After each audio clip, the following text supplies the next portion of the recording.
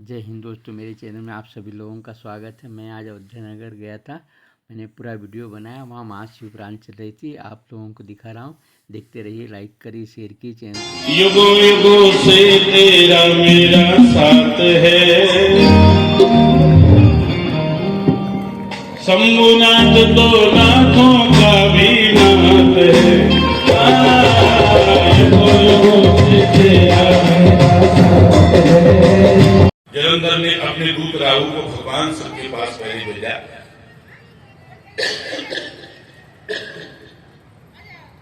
राहु कहता है भगवान शंकर के पास जाकर के, हे भोलेनाथ, त्रिलोक की अधिपति जलंधर का मैं दूत हूं। मैं श्री आया हूं कि तुम्हारी स्त्री जो रत्न है, स्त्री रत्न है, और मेरे स्वामी उसे प्राप्त करना चाहते हैं। तुमको तुम्हारे साथ रहते हुए वो शोभा नहीं देती। दैत्यों शिवगणों के मत उसी समय भगवान शंकर के भूमध्य भाग से वज्र के समान शब्द करता हुआ एक पुरुष पैदा हो गया। जैसे ही राहु ने यह कहा कि आप अपनी स्त्री जलंधर को समर्पित कर दीजिए, पार्वती को जलंधर को समर्पित करो, तो भगवान शंकर को इतना क्रोध आया कि उनके भू मध्य भाग से वज्र के समान शब्द करता हुआ एक पुरुष पैदा हो गया। उसके नेत्रों से अग्नि निकल रही थी। राहु को खाने के लिए जब वो दौड़ा तो शंकर भगवान के शरण में राहु आ गया। देव देव महेशान पायमान शरणागतम, हे प्रभु, आपका ये सेवक मुझे खा जाएगा, मेरी रक्षा कीजिए। शंकर भगवान ने राहु को मुक्त कराया, क्योंकि दूत पराधीन होता है। वो कहने लगे, दूत से तो जैसा कह दिया जाए वो वैसा ही जाके वहां कहता है, इसमें उसका कोई दोष नहीं। जैसा जलंधर ने कहा वैसा ही उसने हमसे कहा, ये दूत पराधीन होता है। तब भगवान शंकर ने कहा कि तुम, अब वो कहता है, राहु कहता है, वो राहु को खाने के लिए जो दौड़ा था वो पुरुष, वो कहता है कि महाराज मुझे बहुत जोर की भूख लगी है, मैं क्या खाऊं। भगवान शंकर कहने लगे, तुम एक काम करो, तुम अपने हाथ पैरों का मांस खा लो। तो वो अपने हाथ पैरों का मांस खाने लगा। मात्र उसका सिर बचा, उसने पूरे शरीर का मांस खा लिया। उसने भगवान शंकर ने कहा, तुम मेरी आज्ञा का पालन करने वाले हो, तुम धन्य हो, आज से तुम्हारा नाम कीर्तिमुख होगा। उसका नाम कीर्तिमुख रखा। आपने देखा होगा, भगवान शंकर की मंदिर में पूजा करने के लिए आप जाते होंगे तो द्वारे पर एक छोटा सा ऐसा मुंह अकेला लगा रहता है, वो कीर्तिमुख होता है। जो शिव जी की पूजा करता है और कीर्तिमुख की पूजा नहीं करता है तो शिव की पूजा का फल उसे कुछ नहीं मिलता है। इसलिए शिव की पूजा के साथ में व्यक्ति को कीर्तिमुख की भी पूजा करना चाहिए। शिव मंदिर में, हर शिव मंदिर में कीर्तिमुख होता है। तो भगवान भोलेनाथ ने कह दिया कि मेरे साथ तुम्हारी पूजा होगी, और मेरे साथ जो तुम्हारी पूजा नहीं करेगा उसको पूजा का कोई फल नहीं मिलेगा। इधर क्या हुआ, जलंधर ने, कालिनी में, शंभु ने, शुंभ सबको लेकर के युद्ध के लिए वो निकल पड़ा। देवता सब भगवान शिव की शरण में आकर के स्तुति करने लगे। भगवान शिव भी युद्ध के लिए तैयार हो गए और जलंधर ने अपनी सेना सहित कैलाश पर्वत को चारों तरफ से घेर लिया।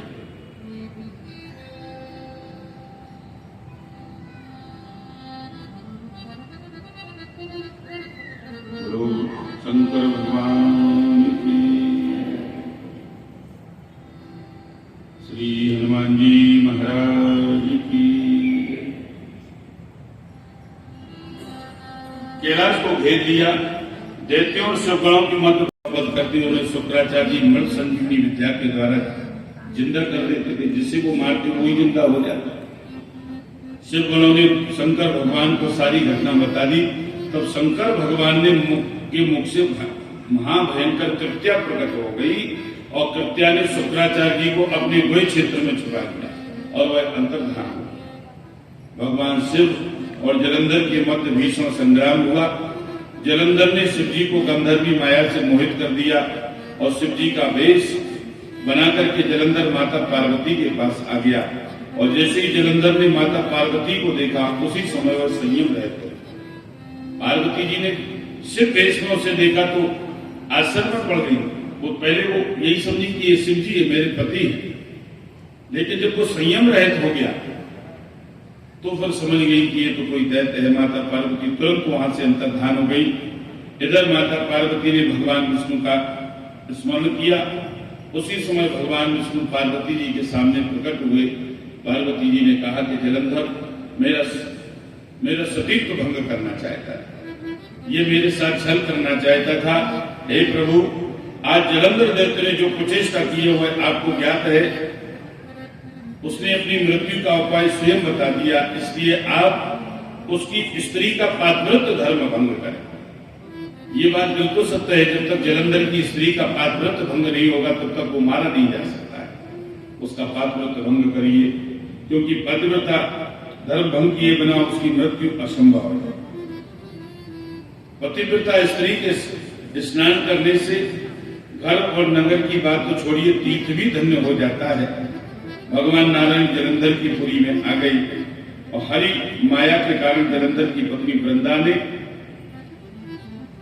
ने रात्रि में भयानक स्वप्न देखा।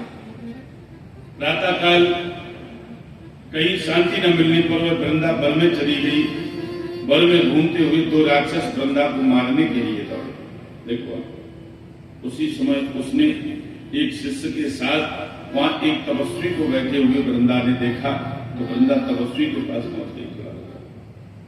वृंदा तपस्वी की शरण में आ गई। वृंदा कहने लगी, हे मुनि मेरी रक्षा कीजिए।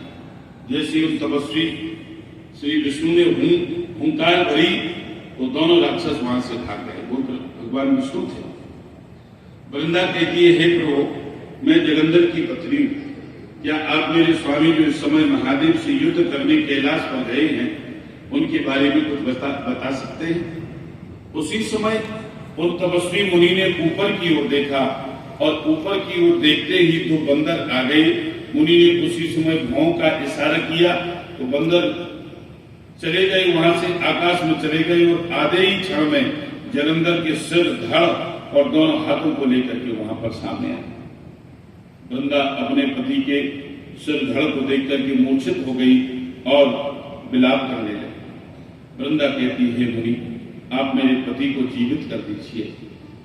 मुनि तपस्वी कहता है, हे देवी, यह युद्ध में मारा गया है, इसे कोई निंदा नहीं कर सकता है, जीवित ये हो ही नहीं सकता, फिर भी तुम मेरी शरण में आई हो, इसलिए मैं इसे जीवित करूंगा।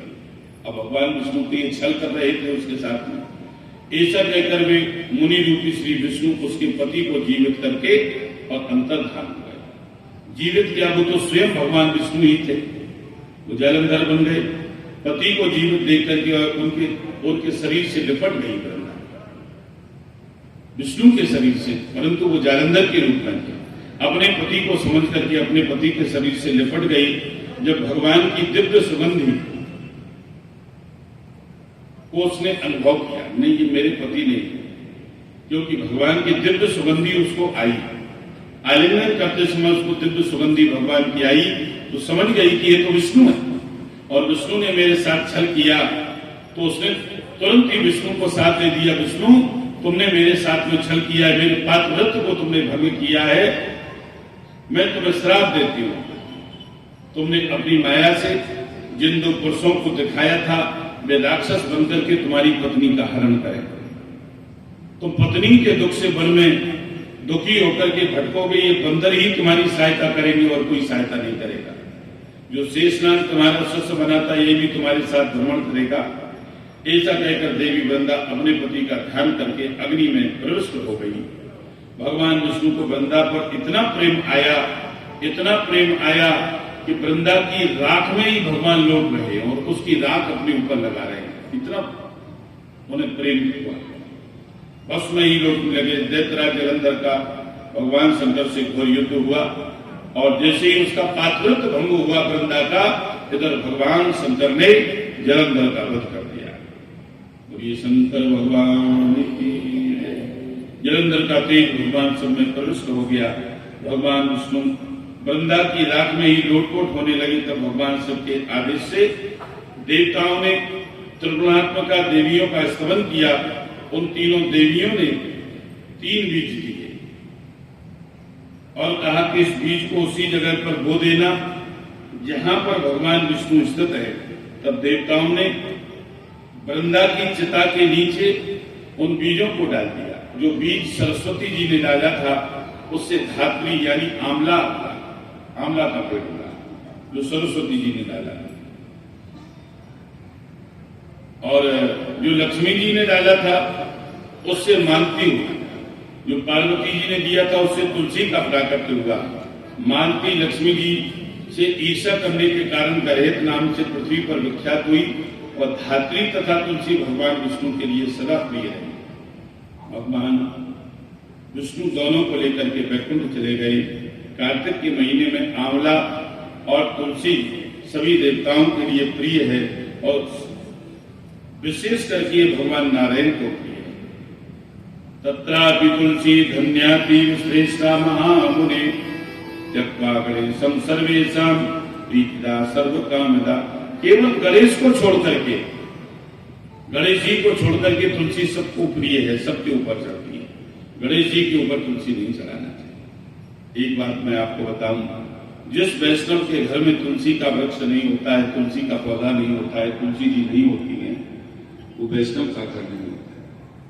हर वैष्णव के घर में तुलसी होना चाहिए, हर घर में तुलसी स्थापित होना चाहिए। एक बात मैं आपको बताऊं, किसी के घर की अचानक यदि तुलसी सूख जाती है, हरी भरी तुलसी सूख जाती है, तो समझ जाना कि तुलसी माता ने हमारे घर के ऊपर कोई बहुत बड़ी विपत्ति आने वाली थी, उसने अपने ऊपर ले लिया है। तुलसी सभी तभी सूखती है जब घर के ऊपर कोई विपत्ति आती है, तो उस विपत्ति को तुलसी अपने ऊपर ले लेती है। इसलिए तुलसी की पूजा अवश्य है। तुलसी की बड़ी महिमा। 56 प्रकार के भोजन बना करके थाल परोस करके भगवान के सामने रख दो, भगवान उसे कभी ग्रहण नहीं करेंगे। और तुलसी पत्र जैसे ही आपने छोड़ा तो भगवान उसे ग्रहण कर लेता है। इसलिए तुलसी पत्र छोड़ करके भगवान का भोग लगाओ। शाम को घी का दीपक दिखाओ, सुबह जल दो। कई लोग कहते हैं, कई माताएं बहनें कहती है, महाराज हमारे घर में पैसा तो हमारे पतिदेव खूब कमाते हैं, लेकिन टिकता नहीं, दिखाई नहीं देता, कहां चला जाए। लक्ष्मी में स्थिरता लाने के लिए शाम को नित्य घी का दीपक दिखाया जाए, तुलसी को। गाय के लिए ग्रास निकाला जाए। सुबह उठते ही सबसे पहले घर की महिला घर के बाहर अपनी दहली को गोबर से ली। तो कोई पुत्र नहीं था, इसलिए उसने शुक्राचार्य को गुरु बना करके पुष्कर क्षेत्र में 1 लाख वर्ष तक तपस्या की। दंभ की कठोर तपस्या से सारे देवता व्याकुल हो गए। तब भगवान विष्णु ने प्रकट होकर के दंभ को दर्शन दिया कहा, मांगो क्या वरदान मांगना चाहते। तो दंभ कहता है, प्रभु मुझे तीनों लोगों को जीतने वाला तथा आपकी भक्ति से युक्त पुत्र चाहिए। भगवान विष्णु ने कहा, तथास्तु। समय आने पर दंभ की पत्नी ने एक बालक को जन्म दिया। पिता ने मुनियों को बुला करके उसका जात कर्म संस्कार करवाया और उसका नाम रखा शंखचूड़। उसका नाम क्या रखा? शंखचूड़। शंखचूड़ ने पुष्कर क्षेत्र में कठोर तप किया। ब्रह्मा जी वरदान देने के लिए आए, कहा कि वरदान मांगिए। तो उसने ब्रह्मा जी से वरदान मांगा कि मुझे कोई जीत ना सके। ब्रह्मा जी ने शंखचूड़ को तथास्तु कह करके एक दिव्य श्री कृष्ण कवच उसे प्रदान किया और कहा, तुम बदारिका आश्रम जाओ, वहां तुलसी से तुम विवाह करो। शंखचूड़ बदारिका आश्रम आए। शंखचूड़ और तुलसी का सुंदर संवाद हुआ। उसी समय ब्रह्मा जी वहां पर प्रकट हुए और गंधर्व रीत से दोनों का विवाह करा दिया उन्होंने। शंखचूड़ का और तुलसी का विवाह हुआ। इधर शंखचूड़ ने आक्रमण करके समस्त देवताओं को जीत लिया और सब देवता ब्रह्मा जी के साथ वैकुंठ गए और भगवान विष्णु ने शंखचूड़ के पूर्व जन्म का वृत्तांत बताया। भगवान विष्णु कहते हैं, पूर्व जन्म में गोलोक में रहने वाला एक गोप था। यह शिव माया से मोहित हो गया, जिसके कारण राधा जी ने इसे दानव हो जाने का श्राप दे दिया था। भगवान श्री कृष्ण ने कहा कि तेरी मृत्यु रुद्र के त्रिशूल से होगी, इसके पश्चात तुम पुनः मेरा पार्षद हो जाएगा। शंकरम शरणम याहि सद्या संविधास्यति। सब लोग भगवान शिव की शरण में जाइए, वे अवश्य कल्याण करेंगे। विष्णु भगवान को साथ लेकर के सब देवता भगवान शिव की शरण में आ गए। भगवान शिव ने शंखचूड़ को समझाने के लिए गंधर्वराज पुष्पदंत को भेजा, किंतु शंखचूड़ नहीं माना। परिणाम स्वरूप युद्ध प्रारंभ हो गया। भगवान शिव शंखचूड़ के मध्य 100 वर्ष तक युद्ध चला और उसने ये वरदान मांगा था कि मुझे युद्ध में कोई जीत न सके, तो उससे कोई जीत ही नहीं रहा। भयंकर युद्ध हुआ। शंखचूड़ को न मरता देख भगवान शिव ने अपना अमोघ त्रिशूल निकाल लिया उसे मारने के लिए। उसी समय शिव जी को रोकने के लिए आकाशवाणी हुई, आप क्या कर रही है? हे ईश शिव शूलम न चेदानी प्रार्थना सुन शंकरा, सर्वथा तुम समर्थो ही क्षणा ब्रह्मण्य नाशने। हे ईश, ये त्रिशूल मत चलाइए, आप तो क्षण मात्र में संपूर्ण ब्रह्मांड को भी नष्ट कर सकते हो, तो इस दानव के वध की बात ही क्या है? उसके बाद भगवान विष्णु का दिव्य कवच है तथा इसकी पतिव्रता स्त्री का सतीत्व है, तो इसका वध नहीं हो सकता। उसी समय भगवान विष्णु ब्राह्मण का वेश बना करके उन्होंने भिक्षा के रूप में वह दिव्य कवच मांगने के लिए वो शंखचूड़ के पास दिव्य कवच मांग लिया। वो महादानी था, ब्राह्मण बनकर के कवच मांगा, उन्होंने कवच दे दिया। देखो दान की बड़ी महिमा है,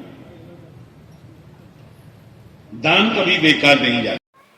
जय हिंद दोस्तों, पूरा वीडियो देख लिया हो तो लाइक करिए, शेयर कीजिए, कमेंट कीजिए, चैनल को सब्सक्राइब कीजिए। जय हिंद दोस्तों।